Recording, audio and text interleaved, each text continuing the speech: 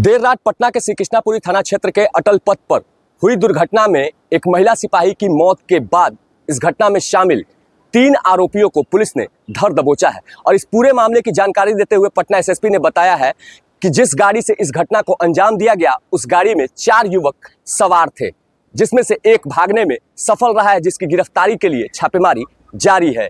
गिरफ्त में आए सभी युवकों पर हत्या का केस दर्ज कर आगे की कार्रवाई शुरू कर दी गई है। इसमें अपडेट यही है कि 2 लोगों की गिरफ्तारी कल ही कर ली गई थी और 2 लोग इसमें से फरार हुए थे, जिस पे हम लोग मर्डर केस करके इन्वेस्टिगेशन कर रहे थे। उसमें से एक और अभियुक्त की गिरफ्तारी अभी तरीक की कर ली गई है। तो चौथा शेष बच गया, उसके विरुद्ध हम लोग छापेमारी गाड़ी निखिल राज के नाम के एक व्यक्ति की, जो गिरफ्तार कल ही हो गया था और ड्राइव भी वही कर रहा था।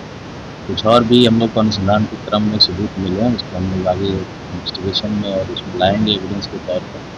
और लास्ट एक्यूज बचा, उसकी गिरफ्तारी हो जाए फिर हम लोग जल्द से जल्द इसमें चार्जशीट करेंगे और कोशिश करेंगे कि इसमें इसको ट्रायल चलाकर सजा दी जा सके। इसको मर्डर का केस हम लोग रजिस्टर 4 लोग सवार थे, 3 की अरेस्टिंग हो गई है, चौथा अभी पूछताछ चल रही है। लापरवाही नहीं है, ये सीधा मर्डर का केस है। लापरवाही हम इसे नहीं मानते हैं और इसीलिए हम लोगों ने मर्डर में केस किया है और इसी में हम लोग इन्वेस्टिगेशन भी करेंगे और सबूत आएंगे उसके आधार पर चार्जशीट।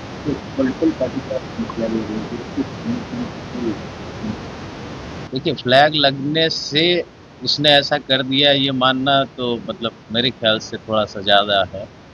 फ्लैग लगा हुआ ठीक है, किसी पार्टी से एफिलिएशन हो सकता है उसका, बट जो घटना घटी है वो इन 4 लोगों के द्वारा ही की गई। इसमें और किसी के होने की कोई कहीं से कोई अभी तक इन्वेस्टिगेशन में भी नहीं है और ऐसा कुछ लगता भी।